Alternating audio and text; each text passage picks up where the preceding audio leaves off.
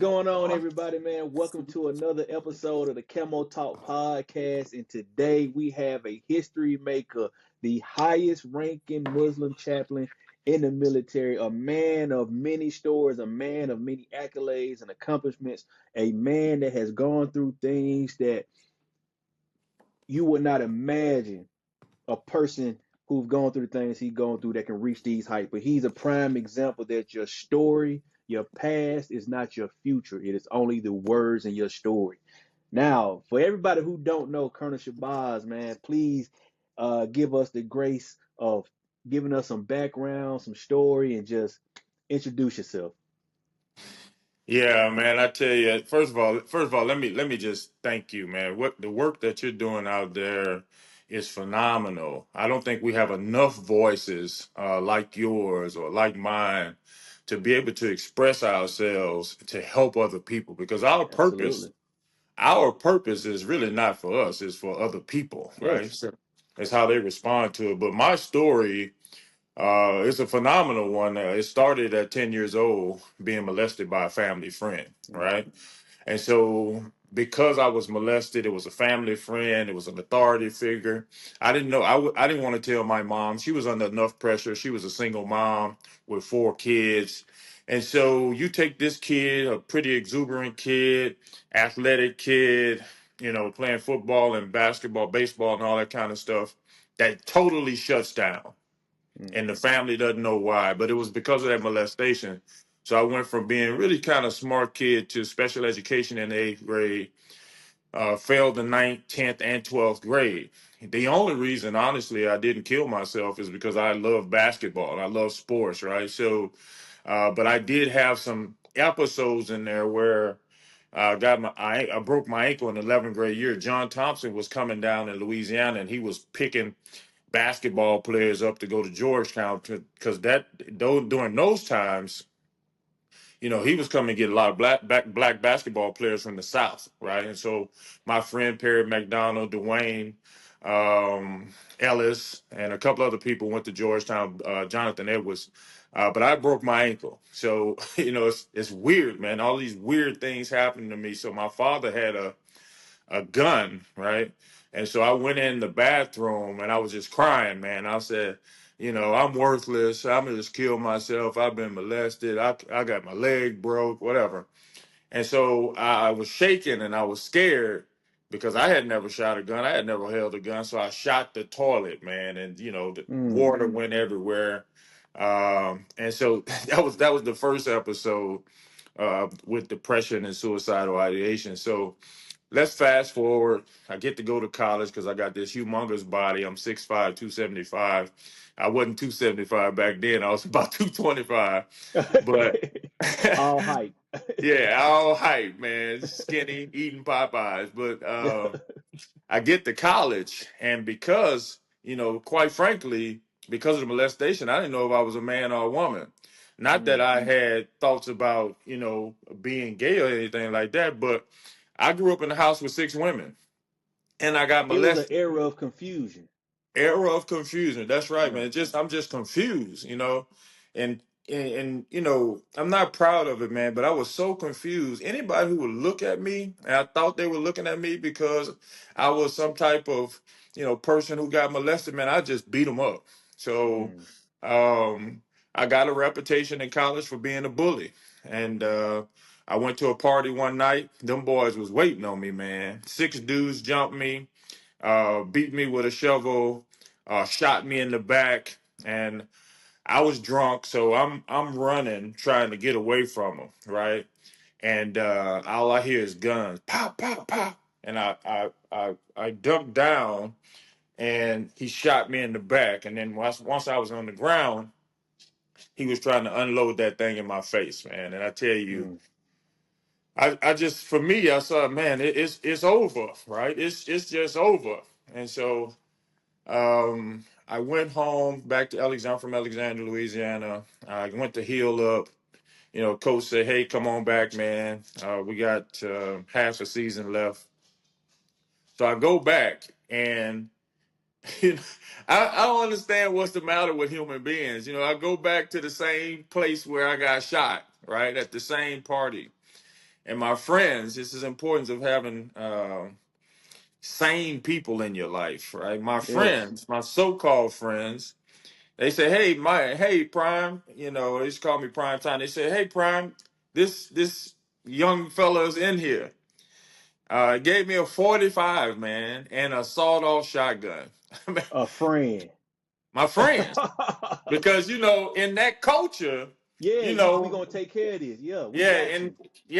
and I didn't come from that culture. I didn't come from the hood. I came from the suburbs, right? My Yeah. mom moved us out of the hood Mm. to try to give us a better life, but now you got young Michael Barnes with two guns in his hand and about to kill this guy.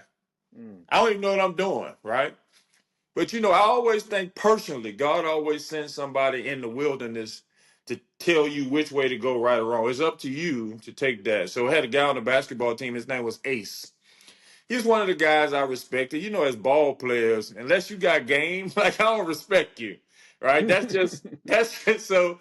Ace was one of the guys on the team. He was a senior. I respected him, and he said, "Oh man, Taking you back, huh? Take your time. yeah." He said, man, you kill that guy, man. You're gonna disappoint your mom, right? I love my mother, man. Rest in peace to her. And Mm. so I didn't kill that guy that night, but even the sanest person, he told me, he said, man, get your crowbar and beat the hell out of him, right? So I got my crowbar out my car, man, and beat this kid up, just savage. I saw blood everywhere, and I was laughing because that culture that we're in, man, kind of pumps you up and gives you high fives for stuff like that. So Yeah. I went to jail. And you know, some people say God is amazing. God is amazing, man. Like I'm in the courtroom. I had to spend the night in jail, a couple of nights in jail, and I get out, and the judge, man, it's crazy. She calling me a piece of excrement. You a thug. You a Hmm. low life. If she can see you now. Yeah. But the she said, "You have anything to say for yourself?" I said, "Yes, ma'am. Like this is not who I am. Like this guy shot me 6 months ago. I was scared." And she asked the counselors, like, "I'm glad, man, that they told the truth." Like he said, "Yeah, like they did shoot him, but he still had no right to do what he did." And Hmm. she let me go because of that. Right. So Hmm. anyway, long story short, bro, I go to Baton Rouge to Kmart. I'm working as a janitor slash cashier.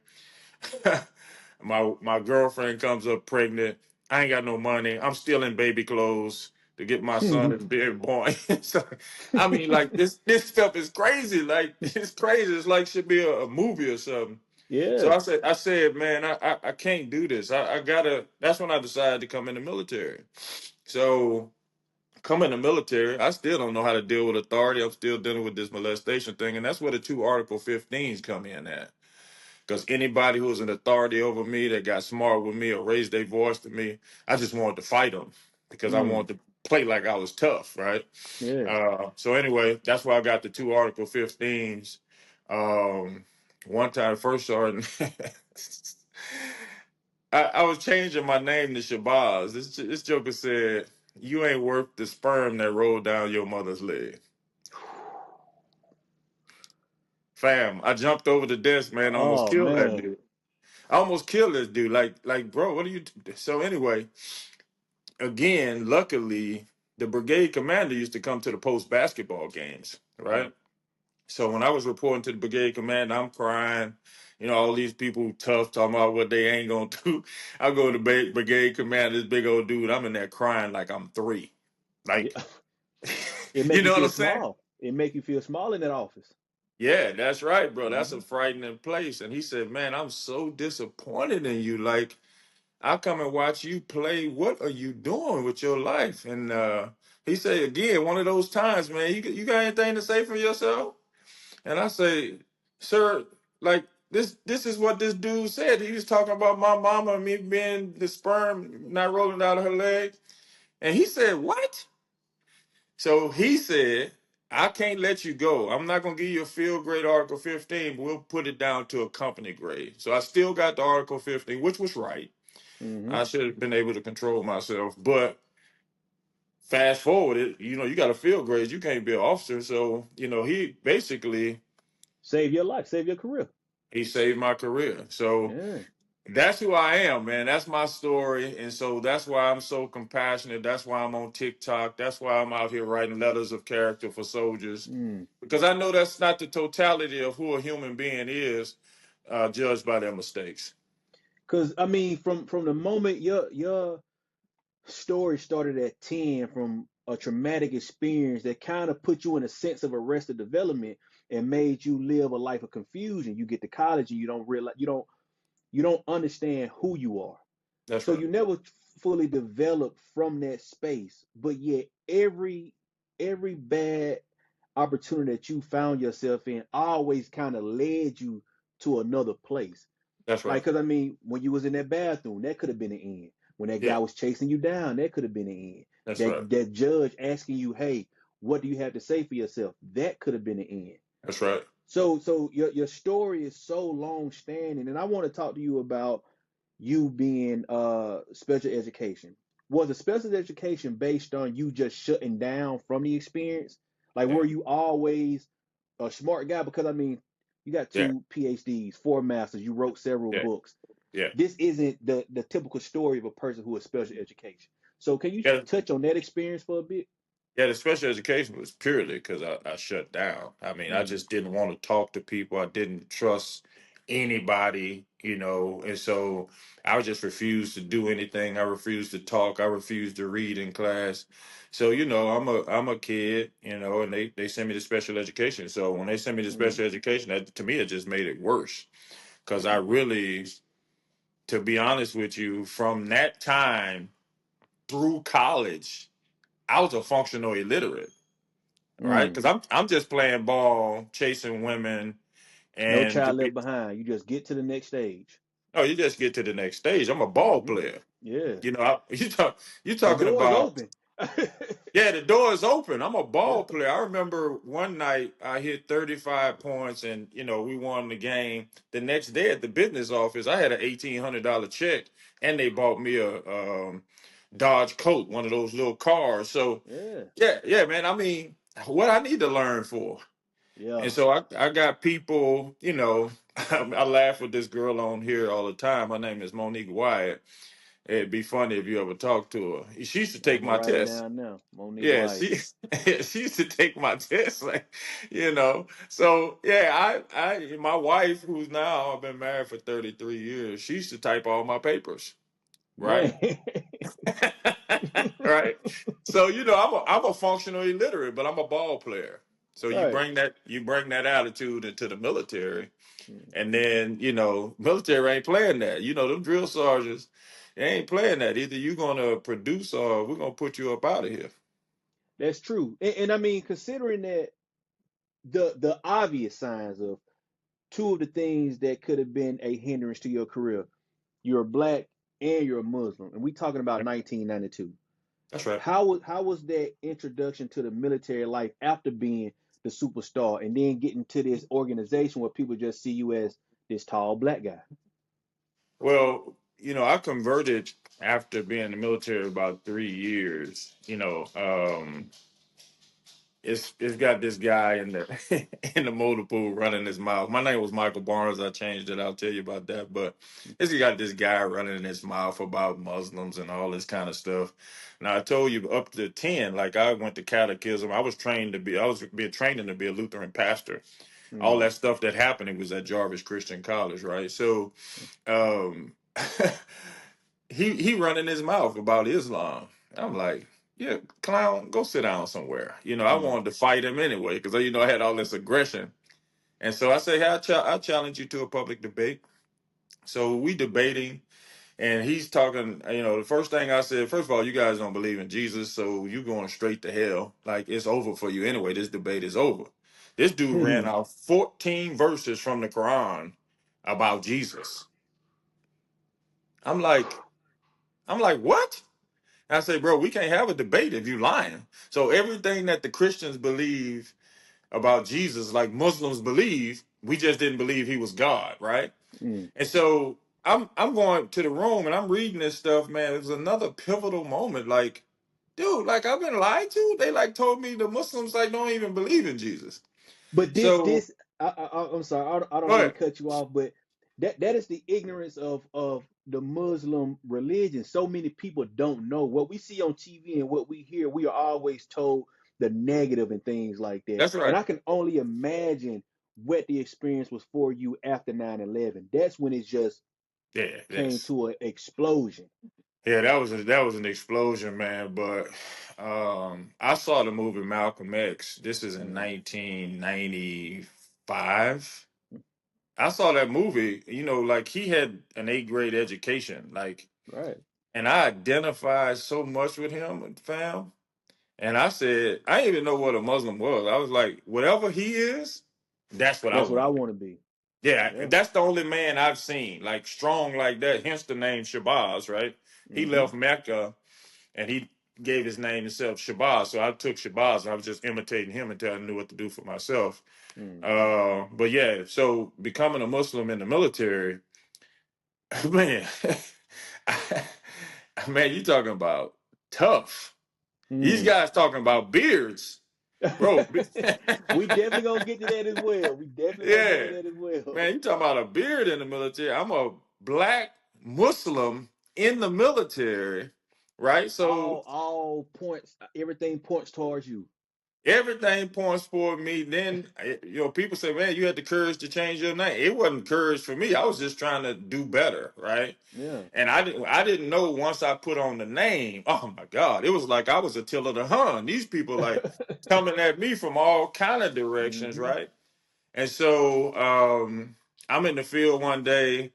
I'm not getting my religious accommodations. I'm crying, and I see the chaplain in the distance. And I was like, God, please don't let that clown, excuse my language. I was like, Mm. don't let that clown come and talk to me because I don't have no tolerance at this point for him Mm. trying to convert me. So he comes over, brother, and he just started talking to me regular. And then he said, man, you very intelligent. Why don't you become a chaplain to help people like yourself? Oh my God. The light bulb hit. The light bulb. Light bulb moment. I was like, oh my God. That's me. And then once you find something, you start trying to talk yourself out of it. Yeah. I ain't smart enough. I'm dumb. I got a 92 GT score. All this stuff going through my head. I ain't religious enough. And then, man, I got to be honest with you. I say, man, that's the way I can help people like me. Yeah. So I dedicated myself. I went to BSEP, failed the test 4 times, passed it on the fifth. And then once I went to chaplain school, I dedicated myself to education. So I said, I messed up my life. It took me 25 years to mess up my life. I'm going to spend the next 25 years building my life. So I was in school for 25 straight years, up to last summer. And that's where you see the two doctorate degrees and the 5 master's degrees. So yeah, that's how all that happened, man. I just wanted to be an advocate for soldiers, and be a role model, like a real model for soldiers who was educated, who had rank, and could stand in the gap for them. We got a young soldier, Sergeant Collins. She was here in Yeah. the I riot. interviewed her yesterday. Yeah, she'll Yep. tell you the story. She came to my Hmm. office and she's crying. They about to put her out. And I'm looking at the council and saying, and this is one of the important things I think I heard you talk about before about being competent. Hmm. I'm looking at the 4856 and they're talking about chaptering her out. And I was like, this ain't worth the paper that it's written on. Right? Let's me and you go to the lawyer. You will not be put out of the military. So we go to the lawyer. Lawyer says absolutely not. And I re-enlisted her 2 days later. But my point Mm. to that story is, having a person like me and others who is not afraid, who's competent, and I can stand in the gap for her. Right? Yes. Being That's that buffer. that's why I became this guy. Mm. I think that's amazing, man. Like being confident is so important. Being knowledgeable is so important. all of these things that you have to deal with, and you come in, you saying you've been in being educated for 25 plus years. How have you been able to navigate through this career, being black, being Muslim, going through education, having to constantly deal with the backlash of so many things, like the beard conversation? I know that that was a hot topic for you because everybody was asking you like, why don't you have a beard? Or are you giving Right. people religious accommodations? So Yeah, how that's was right. that experience? Well, one of the things that I learned about myself, I think everybody should have an opportunity to study themselves before they go Mm, out and try to fight these battles on the front lines. One of the things that I learned about myself was I got some biases and prejudices as well, and very judgmental when you first see people. So I mm, said to myself, I'm gonna give people a break on the initial stuff, like just initial prejudice, initial discrimination, and stuff like that. Because I learned that as a chaplain. Because when I went to my first duty station, I walk in the office. I'm a extrovert. Hey, sir, my name's Chaplain mm. Shabazz. I'm glad to be here. Woo! I reach out my hand. This joker won't even shake my hand. He said, "We got some problems with your religion and how you guys treat women. Have a nice day." Right. Oh, So 9 months, he ain't talking to me. I say, "Hey, sir, just want to, checking on you. I'm busy. I'm busy. I'm busy." Won't even talk to me. So I'm coaching his son in basketball. And they're Caucasian American. My son, obviously African American. These African American kids want to jump his son. Six of them. Because he was in their eyes a privileged officer kid. six is And the so lucky number, huh? For the six is the jumping. lucky number. That's right. Yeah, either you're gonna be carried by six Yeah. or Judged by but 12. judged by 12. But Yep. my son helped him. So we in the field in Graftonville. I say, "Sir, I know you don't want to talk to me, but I just want to tell you, my son helped your son. He was about to get beat up today." Right. Mm, So they called me and he said, "Oh, really? Sit down, Chaplain." So I tell him the whole story. Amazingly enough, this is what I'm talking about: human behavior. We mm, connected on that level.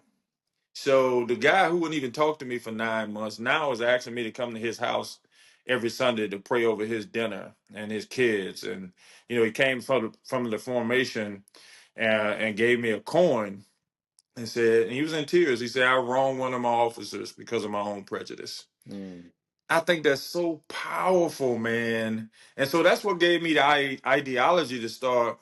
You know, I'm gonna find a way to navigate this system by giving people some initial breaks. It mm. hurt. I didn't like it. It's nasty. And to be quite honest with you, that story repeats itself every duty station I go to. Really?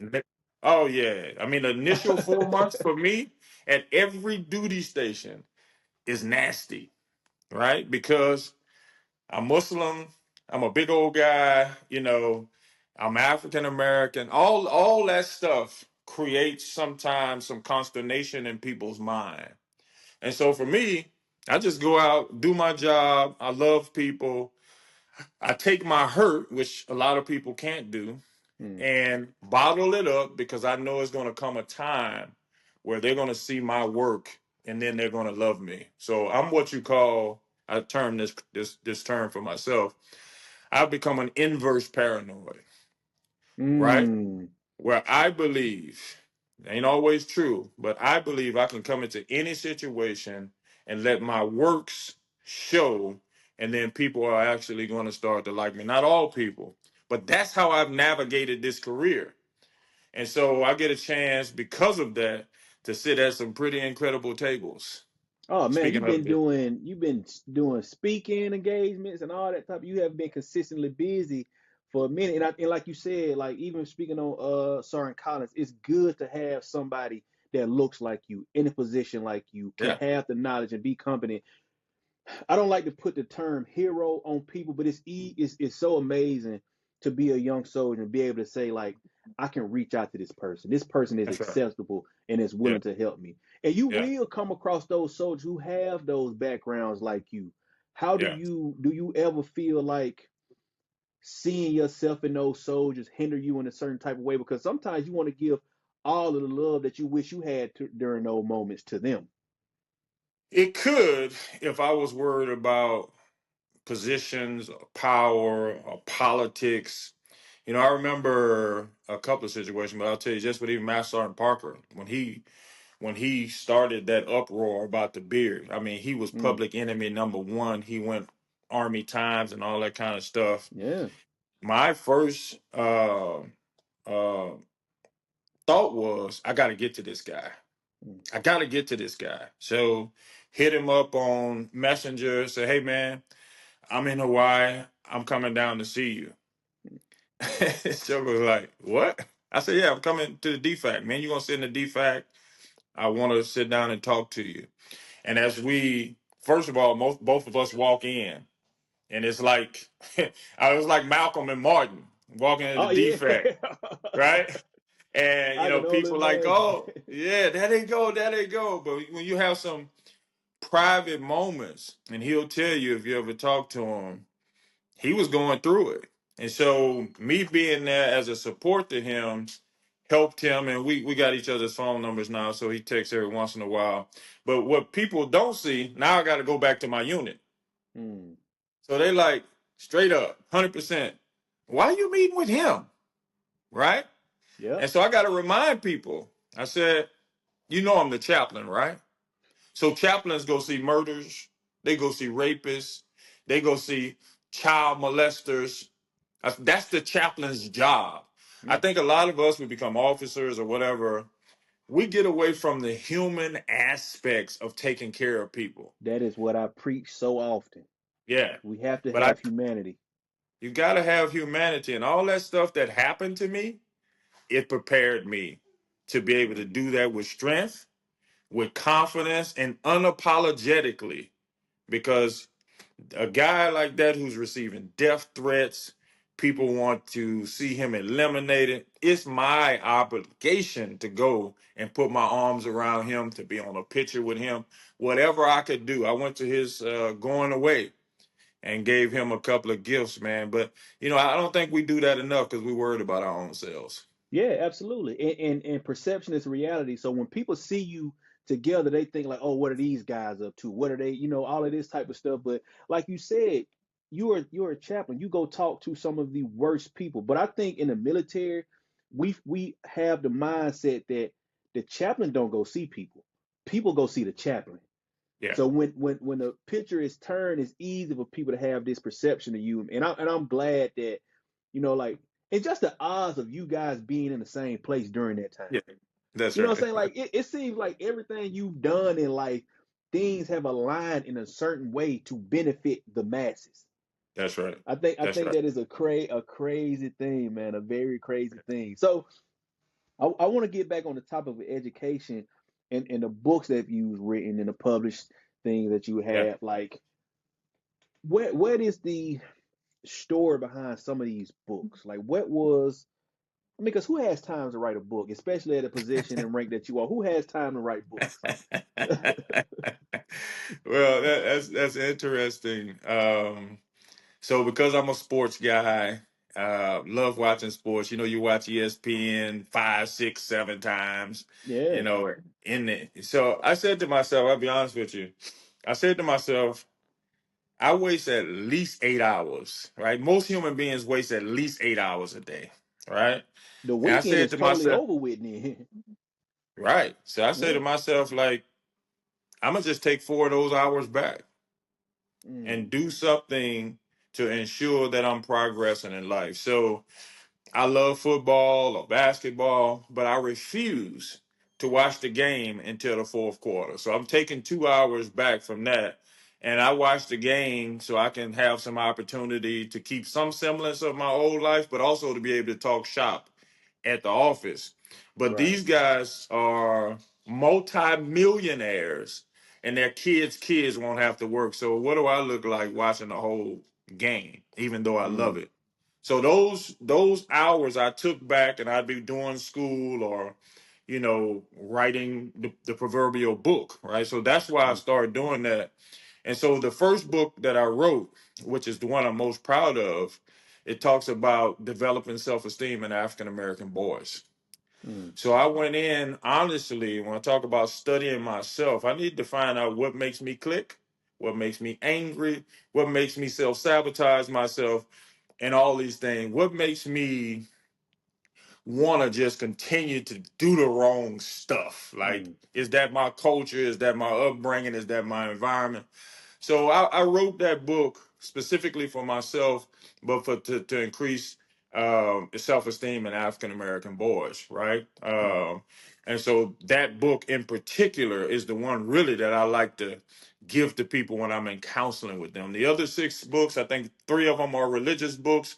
One is one about quotes, and the other one is about psychology or something like that. But I only write to help people. So though anyway, where I get the time to do that, I just stole back some of my time.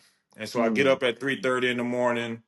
I go lift weights, which I started at 52, by the way. But hmm. uh, I go Better lift late than weights and never. then yeah, I could I couldn't run. I got these bad knees now, Mm. so eating Popeyes and not running, you got to do something. You mess Yeah, around and be absolutely. 500 pounds, right? Absolutely. So when I come from the gym, I get some chow and I just start writing or I start doing homework. So that's where I get the time from. But even being a kid who just completely shut down and pretty much went speechless, now you are a well-known person who does speaking engagements. The Yes. confidence of that. How does like explain that? Yeah. I think that just came from me telling my story. Like when I started telling my story, the first story that I told, man, got 17 million hits. I just started Mm, talking about the molestation and then the degrees and all that kind of stuff. I wanted the title of it was Don't Quit. So I got 17 million hits on that the first day. And then all of these companies, these people from overseas, that thing went everywhere. mm, These people started like saying, "Hey, you want to come and, speak? We want you to tell your story." So it went from just me trying to help a couple of people on posts to international study. I remember speaking in Kuwait on TV to 6 million people, right? mm. Crazy, right? Crazy, Little boy right? from And Louisiana, who would have thought? little boy from Uh-huh. Louisiana went to I went to Saudi. No, that was Jordan. I went to Jordan. Freaking Prince, man, King comes down, wants to meet me, and I'm like, me? Like what? But he had never seen an imam in the military in the United States, and then all the internet stuff. So go in to Mm. meet him, eat dinner with him. He wants to give me a $250,000 gold Quran. I'm like, sir, I can't take that shit. He about to get me put in jail. But yeah, Yeah, just going from special education to like international speaker, man, is wow. yeah. You know, yeah, like speaking all over the world, speaking at balls and all this kind of stuff, just behind, my pain. Mm, And so that's wild, man. Honestly, I got people call me the other day from Qatar. They like mm. want to do a biographical book on me, like they did Malcolm X. Because that was kind of like my Yeah. storyboard in my head. I Mm. want to do everything that he did. I want to become him. And so it's amazing. Like now at the end, they want to write a whole book about me. Yeah. Oh man, coming full circle. Yeah, full So circle. so so for all those young soldiers out there, man, like what is some advice that you can just give them? Yeah, don't quit. Like Don't get quit. out of Keep it get simple. out of your get out of your own way. Any Mm, thoughts that you have about yourself, they're just not true. They've been ingrained in you, right? I have a mm, saying, my dear family. Most people die at 25, but they're not buried until they're 75. mm, mm. Because most of us, we got this false narrative. Okay, I'm 25, my We dreams are imprison over. ourselves. Yeah, you imprison yourselves. I got to Mm, pay this house. I got to pay these cars. I got to take care of my family. I don't have a chance to dream. Well, that's just mm, simply not true. I got commissioned at 32, mm, right? Every degree that I have is after 32, right? So, if I could just, that's why I tell my story. So I tell it once a week, but on TikTok, and on Facebook and all those places. But I want to kind of inundate in soldiers and people. It's just not true what you think of yourself. Mm. A 92 GT score. A guy called me the other day. He said, I got to go to B-Cell. He a staff sergeant. I failed twice, and I'm this, I'm that. And I just told him, man, straight up. One of the good things about being a real model as opposed to a role model, I said, shut up, man. Shut up. You know what I'm saying? You I got you say, got I to give say, it to I them say, straight up, no yeah, sugarcoating. straight up. Yeah, straight Mm-hmm. up. Shut up, bro. Like, Mm-hmm. I had at 32 years old, wife and two kids, a ninth grader teaching me the ASVAB so I can make a 110. This is what I'm telling him. He said, Mm. "What?" I said, "Yeah, bro. What do you get out of your own way? Get Get out the of your own 110. way. Yeah, get out of your own way. Get the 110. I got a program letter of recommendation for you, so you ain't got to go beg nobody. I'm your brother. Mm-hmm. I got a letter of recommendation for you on my computer. Yeah, right. Go ahead. Yeah, the bottom line is you don't have no excuses. Get out your own way. Because I mean, yeah, and no knock to you at all, but your finish line, where the journey that you on, oh man, you aren't supposed to be on it, knowing where you came from. So if Facts. you aren't a prime example that anything is possible, who is? That's right. So It's a fact. I think, and I want to talk about community as well, man, because you speak about that a lot too, sir. Like, how important is community, and do you feel like every soldier needs to put themselves or do some community work? Yeah, I have a saying: you're the sum total of the five people you hang around, right? That Mm, community could be as small as five people, but they need to be positive people going into the right direction. And if you're the smartest person in your group, you're in the you in the wrong wrong group. group. You see what I'm Absolutely, saying? you good. Yeah. So honestly, to me, if you're true, just find some people who are doing better than you and Mm, just go try. It's uncomfortable. I mean, it is, but go and find them so they could they can help you out in your life, right? And so that's what I absolutely. had to do. It's man, it's uncomfortable, but everybody being so much smarter than you. I mean, and I got to be honest with you. Like even when I'm in these meetings with the 4 stars and all these generals, before I speak, man, I'm over there practicing what I have to say 1,000 times because it's intimidating. Because you start thinking about your old self who's not smart enough, who's not good enough.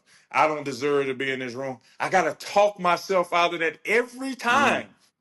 Every time, not sometimes. It never gets easier. Like, people think that when you reach a certain rank that it becomes second nature and things like that. This is you as a Yeah, colonel saying that you still have to talk to yourself before you even breathe.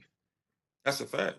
That is That's a fact. crazy. Yeah, it's a fact because I mean, I'm thinking about special ed Michael Barnes. I'm Mm. thinking about failure, failure, failure, failure, right? And so by the time I get up to speak, I done almost had 3 heart attacks, right? So,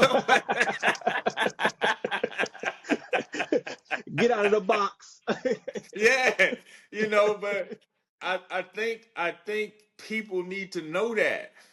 Yeah. You see But what I'm that's saying? that's that's People, the reality of it though. Like that's one thing that I love to preach about on my platform is the reality and transparency of things. Everybody isn't perfect. That person that you might look at and think that they got it all together, they might be struggling just how you struggling. And even like you yeah, said, the things that you believe about yourself are just not true. they're not true. They're just Absolutely not true. true. I mean, it's crazy to me, and it's like going back, even before you said you was raised Lutheran. Yeah, Faith has always been a part of your journey, right? Even before you yeah, converted to Muslim. that's right. How important do you feel like faith and religion is for young people these days? I would even say for a soldier, because I so many people say, well, I don't believe in this because of XYZ. I don't believe in that, blah, blah, blah. And my thing is this: at the end of the day, when you in that ocean drowning, you gotta call to someone. Yeah, that's right. Who That's is that right. someone? So for me, one of the greatest. I have a doctorate degree in Christianity. I got that after being in the military because one of the things I want to do, and I got that at being a Muslim. Mm. One of the things that's important to me, 99.99999% of the people I see are Christian, right? Hmm. I I need to now be granted, able, I don't mean to cut you off. I have never yeah, seen a Muslim chaplain in my entire yeah, career.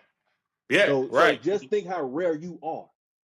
right, right. So, you know, I need to find a way to connect with these people because I grew up like that, but now I need to know what you believe. So when you're in your worst time, I can connect with you. My thing is, I want you to be stronger when you walk out that door.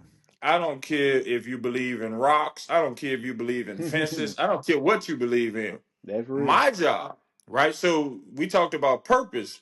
My purpose is no good if it don't affect you. Purpose ain't about me. God gave me this horrific life that has turned great. So now I Mm. gotta take what he has given me to help people. So I don't care what people believe. I just put a Christian chaplain into the chaplain's corps. And another one of them stories, he's crying, like, why would you help me? You don't even believe what I believe. Mm. I say, I don't have to believe what you believe for me to believe in you. Mm. Mm. Man, Yeah. I'm gonna say that again. the simplicity of that. Oh man, that's it.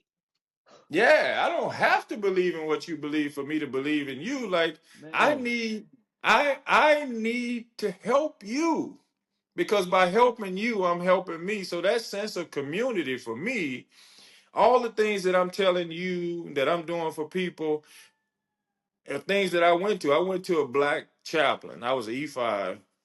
I was trying to get a letter of recommendation to come to the chaplain school. She wouldn't give me one. She was like, yeah, she wouldn't give me one. I'm not your faith. You too young. I don't know you. I'm like I came to you. You were African American. I thought you would understand, but I made an assumption there. And yeah, she never she didn't give me a letter of recommendation. I saw her later when I was a major. She kept saying, like, I know you from somewhere. And I don't like to hurt people's feelings. I said, yeah. man, yeah, I just got one whatever. of those But faces. yeah, just one of those faces. Yeah. But I literally, this is 100% truth. I literally probably write 3 letters of recommendation a day. Mm. My wife asked me, you talking about incredible? You need to talk to her one day. Collins interviewed her. Yeah, I saw that. Yep. Yeah, so she said, you just lend your name to anybody. I just don't understand that about you. I say, well, sister, if I don't lend my name to people, then how do they get where they're going?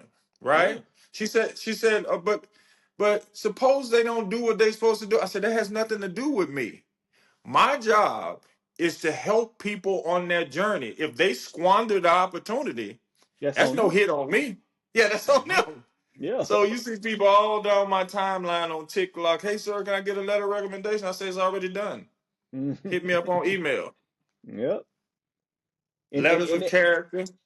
That's one of those things that I'm so glad you brought up your wife. Because my next question was going to be your entire life, you have been pouring into others. You know what I'm saying? Who is pouring into you? So how much what percentage do you give to your wife as being that person to get you where you are?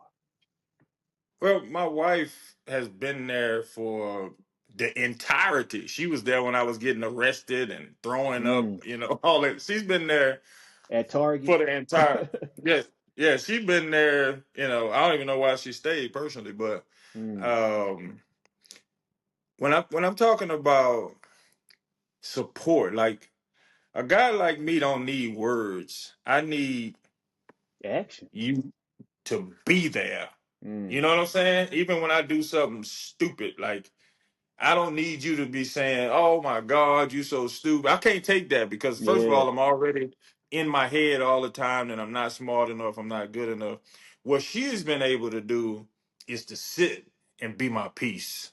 So Mm, when I'm coming and this E5 who barely passed PLDC, now I'm coming to her and say, "Hey, I want to be a chaplain, and we're gonna leave the military, and I'm gonna go to school." She like, okay. She said, let you okay. feel like anything possible. If you Exactly. said it, we can do it. Exactly. So Man. that's for me. That's what I needed. Because Mm. once you start saying, "Oh, you can't do that," that's crazy. See now, she would have been, and she'll tell you, this is not hyperbole. I would have pushed her out. I Yeah. don't. Nobody in my life gets to be negative. Don't If I put say doubt I'm in gonna the do something, atmosphere. no, man, my kid. I got 3 grown kids. Mm.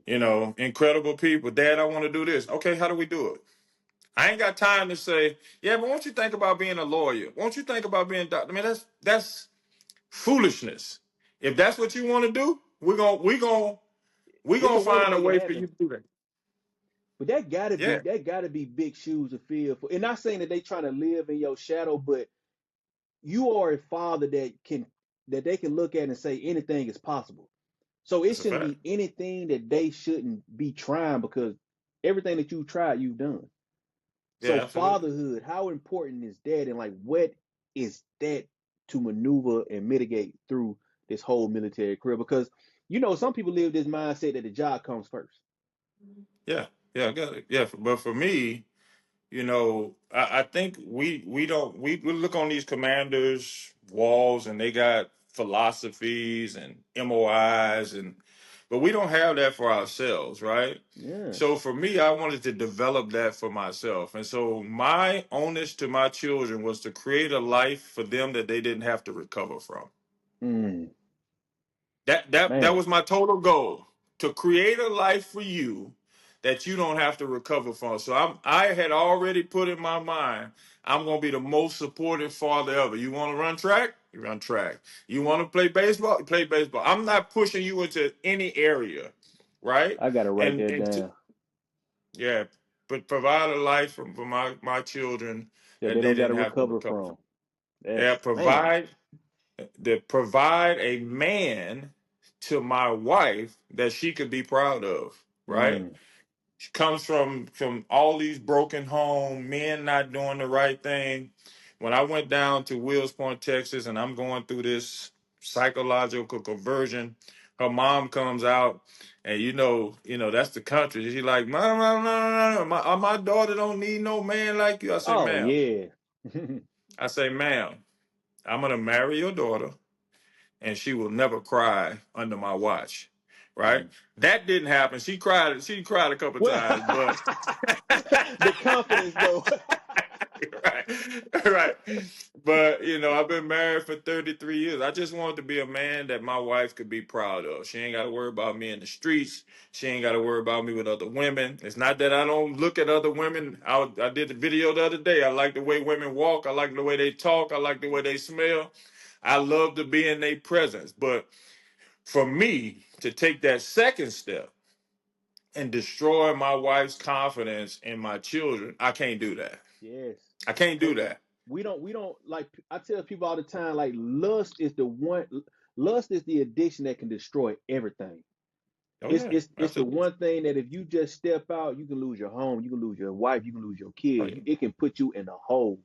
So Oh I'm yeah. so glad you spoke on that because some kids, some people don't want to grow up until it's too late. Oh yeah. 3 minutes Yeah. of pleasure causes a lifetime of pain. Yeah, Oh dude, that's man. just the fact. You can look at Hmm. history, man. The greatest men in the world have failed because Yeah. of they didn't have the appropriate tools to keep them away from women, right? Hmm. I tell people all the time, listen, brother, like I love women, but I'm not gonna go hang out at the Hugh Hefner Playboy Mansion. Like Yeah. it's over. I agree. You see Yeah. what I'm saying? So That time so is it's gone it's and it's went. over. Yeah. So you lose that, but back to your original thing, man. I just wanted to be a real model for my family and tell Mm. my kids. My daughter, she won't mind me telling you this. She was trying to be a counselor and she failed the test a couple times. I get to tell her what I told that staff star. Shut up. Yeah. Yeah, shut up. Hmm. What do we need to purchase to ensure that you get to where you need? She said, well, it's got this book and it's $500. Is this? I say, done. It's a wrap. It's We, nothing. yeah, we gonna get that because it, Yeah. it ain't nothing for me to go spend $40,000 on a car that's gonna That's depreciate. true. It ain't nothing for Yep. me to go buy some clothes or it's done. She got the Yeah. book. She called me crying, Daddy, I'll pass. But one of the things, man, what that life that God gave me, man, of struggle and self-doubt and poor self-esteem, poor self-worth, and overcome all those things. I get to talk to people, man, and say, bro, stop it. Mm. Stop telling yourself that. It You can you you happen. you can say you. It takes you a million words just to say stop it. You know what I'm saying? Because that's Yeah, really all it that's right. is. That's That's right. that's really all it is. But sometimes people are so scared to hear that because it makes them look at themselves like, what's going on with me? Why am I thinking this way? But it's like we have been conditioned to doubt ourselves. This is why we always second guess. You were right the That's first right. time, but you That's doubted right. That's yourself and right. thought you was wrong. So I That's, like that's, self doubt is one of those things, man, that I'm so glad you speak on and try to remove out of the atmosphere. Now, on the topic of books, what are some books that you recommend for the average person to read, or you just feel like are necessary and essential readings? yeah, the average book, honestly, is to go down and write 10 things you hate about yourself. Because all of us who write these books, they come from our perspective. Yeah. Write 10 things that you, that's what I wrote in my book. To When you are a person who is trying to get self-esteem and self-worth, go write 10 things that you don't like about yourself and ardently every day find ways to overcome those things. Mm, See, that's that's the simple. real book. Yeah, if that's the real book, God already gave you the book in your head, right? You Mm. know the things that you don't like about yourself, right? I don't And care you know the whether things that you whether need to do. yeah, you know it. So write it Hmm. down, right? Go in there and say these are the things. Even if you take the top three, I'm a unapologetically work on these things every day, Mm. right? So like my wife don't like me getting up at 3:30 in the morning. But I told her this is a non-negotiable. I need to get up at 3:30 in the morning so I can capitalize my day because I'll get lazy. I'll start eating bad. I need this. Mm. And, I have this thing, man. People don't like it because we also been conditioned to accept certain things. But listen to this, fam. Nobody gets to speak into my life without permission. Mm. Your friends say, well, I'm your friend. I'm just going to tell you the truth, whether you want to hear it or not. I don't have no friends like that. Mm. Unless I ask you your opinion, I don't need you to speak into my life. You know Mm. why? Because those people, as much as they love you, they still are limiting factors in your life. The persons that I love most in this world, they told me two things: that I was too lazy and undisciplined to be in the military, and becoming a Muslim. These are the two worst things that's going to ever happen in your life for you. And they've been Mm. the best. And those people love me. Mm. I mean, those people love me. But the advice they gave me was limiting advice. It was coming from their own fears. So I developed a saying: I do not allow people to speak into my life without permission because they don't have to deal with the consequences. That is very true. That is so true. Man, I I think that was the perfect thing to close this interview off on. That message Yeah, right there. I think that yeah. was perfect. And like I said, I'm so glad that we had this opportunity. And I know it's so much more that you can say. This is only part one. I'm gonna have an interview with you for me. You know what I'm saying? Ask you questions that pertain to my life. I need that. Yeah. So I'm Good. Yeah. grateful and I'm thankful that you accept this invitation. And before we close out, man, if you just have anything to put out there in the atmosphere, anything you want to say, the floor is yours. I want to tell you, I want to tell me, I want to tell everybody out there the thing that you're afraid of most, go do it right now. And I'm telling Mm, you that because I only speak from my own life. I was a young E5, scared of everything. And I told my wife after this conversion, I said, I want to learn Arabic, right? I'm 28 years old. I ain't passed no grades. People pretty mm. much pushed me through. I said, I'm going to take my savings. I want you to listen to this careful, brother. And I'm going to Jordan. I didn't say Georgia. I said, Yeah, I'm getting Jordan. get a passport. Mm, I'm going on the plane. I'm going to Jordan. I got a passport, got on the plane, went to Jordan, got off that plane, caught the first taxi to the nearest mosque, and slept on the floor for 2 years and learned Arabic. Man, My oh man. it's all you. Everybody kept everybody kept telling me, bro, like these people are going to kill you.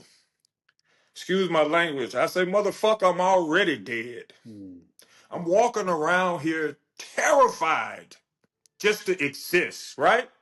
mm, I need to, that's what I did, but I needed to do that for me. I was mm, tired of being scared. I was tired of walking around playing like I was a man.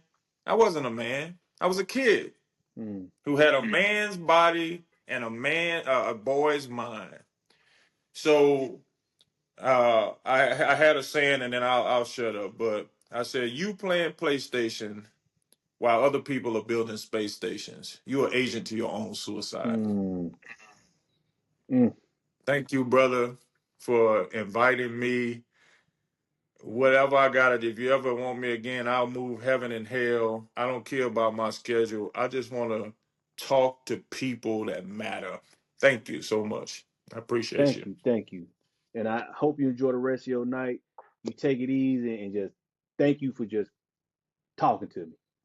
Absolutely, brother. You're gonna Peace and change the blessings world. to We you. gonna change the world. All right, we gonna All change right. the world. All right, fam. Yeah. Peace.